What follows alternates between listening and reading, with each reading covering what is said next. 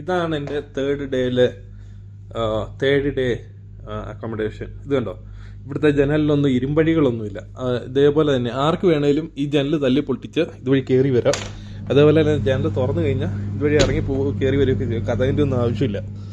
ഇതാണ് ഇവിടുത്തെ ഒരു സിസ്റ്റം. ജനലിന് ഇരുമ്പഴികളൊന്നും വെക്കാൻ പാടില്ലെന്ന് നിയമമുണ്ട് എല്ലാ കെട്ടിടത്തിനും. പിന്നെ ഇത് ഹീറ്ററാണ്, സെൻട്രലൈസ്ഡ് ഹീറ്റിംഗ് സിസ്റ്റമാണ് ഈ സാധനം. ഇതവർ ഓൺ ചെയ്ത് കഴിഞ്ഞാൽ ഇത് നന്നായിട്ട് ഹീറ്റാവും. ഇതിനകത്താണ് നമ്മുടെ വണ്ടിയുടെ റേഡിയേറ്റർ പോലൊരു സാധനം. ഇതിങ്ങനെ ഹീറ്റാവും. ഇത് ഹീറ്റായി കഴിയുമ്പോഴത്തേക്കും റൂം മുഴുവൻ അങ്ങ് ഹീറ്റാവും. പിന്നെ ചെയറ്, ഇവിടുത്തെ അക്കോമ്പനിമെൻറ്റ് തരുന്നത് ഒരു കെറ്റില്, വെള്ളം, ചായ, കാപ്പിപ്പൊടി, പഞ്ചസാര ഒന്നും തരത്തില്ല. വെള്ളവും കെറ്റിലും മാത്രം തരുള്ളൂ. ബാക്കിയെല്ലാം നമ്മൾ മേടിക്കണം. പിന്നെ ഇത് ബെഡ്, ഇനഫ് ലൈറ്റിംഗ് ആണ് കേട്ടോ. എല്ലായിടത്തും ആവശ്യത്തിൽ കൂടുതൽ ലൈറ്റുകളുണ്ട്. ഇതുണ്ട്, സീലിങ്ങിൽ ലൈറ്റ്, വാളിൽ ലൈറ്റ്, മറ്റിടത്ത് ലൈറ്റ്, എല്ലായിടത്തും ഇഷ്ടംപോലെ ലൈറ്റുണ്ട്. ഇത് ഫുള്ളും കൂടെ കത്തിച്ച് കഴിഞ്ഞാൽ ഇതൊരു വലിയ സൂര്യൻ്റെ അവസ്ഥയാവും. പിന്നെ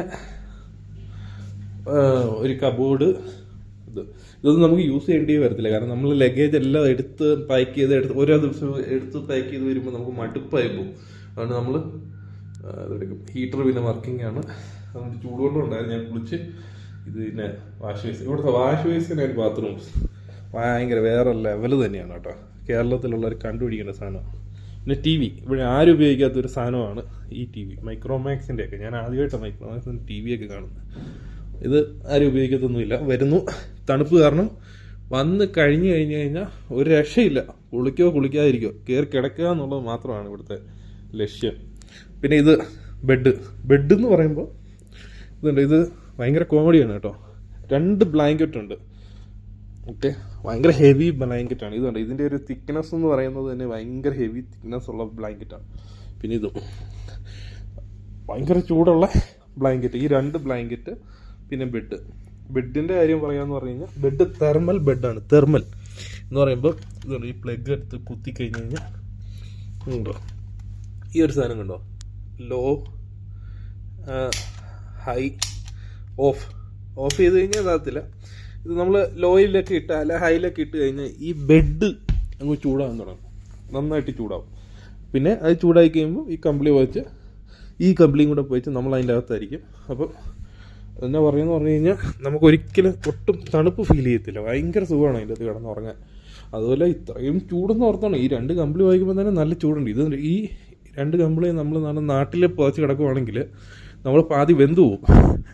അപ്പം അതിൻ്റെ ഇടയ്ക്കാണ് തെർമൽ ബെഡും കൂടെ. പക്ഷേ ഇവിടുത്തെ ഒരു കാലാവസ്ഥയ്ക്ക് ഇതാണ് നോർമൽ. ഈ തെർമൽ ബെഡും കമ്പിളിയും ഇതിന് മുകളിൽ ഒരു 2 കമ്പിളിയും കൂടി ഇട്ട് കഴിഞ്ഞാൽ പോലും നമുക്ക് അത്രയും ചൂട് ഫീൽ ചെയ്യത്തില്ല. അങ്ങനെ ഇരിക്കുന്നു. അതാണ് ഇവിടുത്തെ അവസ്ഥ. പിന്നെ ഇന്നലത്തെ ദിവസം എന്ന് പറഞ്ഞു കഴിഞ്ഞാൽ മിനിഞ്ഞാന്ന് രാത്രി ഞാൻ ഡിന്നർ കഴിച്ചിട്ട് ഇന്നലെ മുഴുവൻ എനിക്ക് ഫുഡ് പോയ്സണൊക്കെ ആയിട്ട് ഇന്നലെ മുഴുവൻ ഞാൻ അവിടെ നിന്ന് വരുന്നു, ഈ ഹോട്ടലിൽ വരുന്നു, കയറുന്നു, തെർമൽ ബെഡ് ഓൺ ചെയ്യുന്നു, ഒറ്റ ഉറക്കം. ബ്രേക്ക്ഫാസ്റ്റും കഴിച്ചില്ല, ഡിന്നറും കഴിച്ചില്ല. പകരം ഞാൻ എന്ന് പറഞ്ഞു കഴിഞ്ഞാൽ ഇവിടെ കാശ്മീരിൽ ഓറഞ്ചൊന്നും കിട്ടത്തില്ല. ഇത് മറ്റേ ഇവിടെ നിന്ന് വരുന്ന ഓറഞ്ചാണ്. എവിടെ നിന്ന്, നമ്മുടെ മുംബൈയിൽ നിന്ന് വരുന്ന ഓറഞ്ചും പിന്നെ കുറച്ച് ആപ്പിളും മേടിച്ചു. അത് 2 കൂടെ കഴിച്ചു. ആപ്പിൾ സൂപ്പറാണ് കേട്ടോ. അത് വാട്ടർമെലനൊന്നും ഇവിടെ കിട്ടത്തില്ല. അതുപോലെ ഫ്രഷ് ജ്യൂസ് കാശ്മീരിൽ കിട്ടത്തില്ല. ഫ്രഷ് ജ്യൂസ് ഒന്നും ഇവിടെ സെയിലാകത്തില്ല, കാരണം ഇത്രയും തണുപ്പുള്ള സ്ഥലത്ത് ജ്യൂസ് സെയിലാകത്തില്ലെന്ന് പറഞ്ഞിട്ട് ഫ്രഷ് ജ്യൂസ് കിട്ടത്തില്ല. അങ്ങനെയുള്ള കുറേ കാര്യങ്ങളൊക്കെ ഉണ്ട് ഇവിടെ. പിന്നെ രാത്രി ഒരു 9:30 ശേഷം ടീ, കോഫി, മറ്റേ മാണ, തേടയൊന്നും ഒരു സാധനവും കിട്ടത്തില്ല. എല്ലാവരും ഇത് അടച്ചിട്ട് പോയി കിടന്ന് ഉറങ്ങും എന്നുള്ളതാണ് അവസ്ഥ.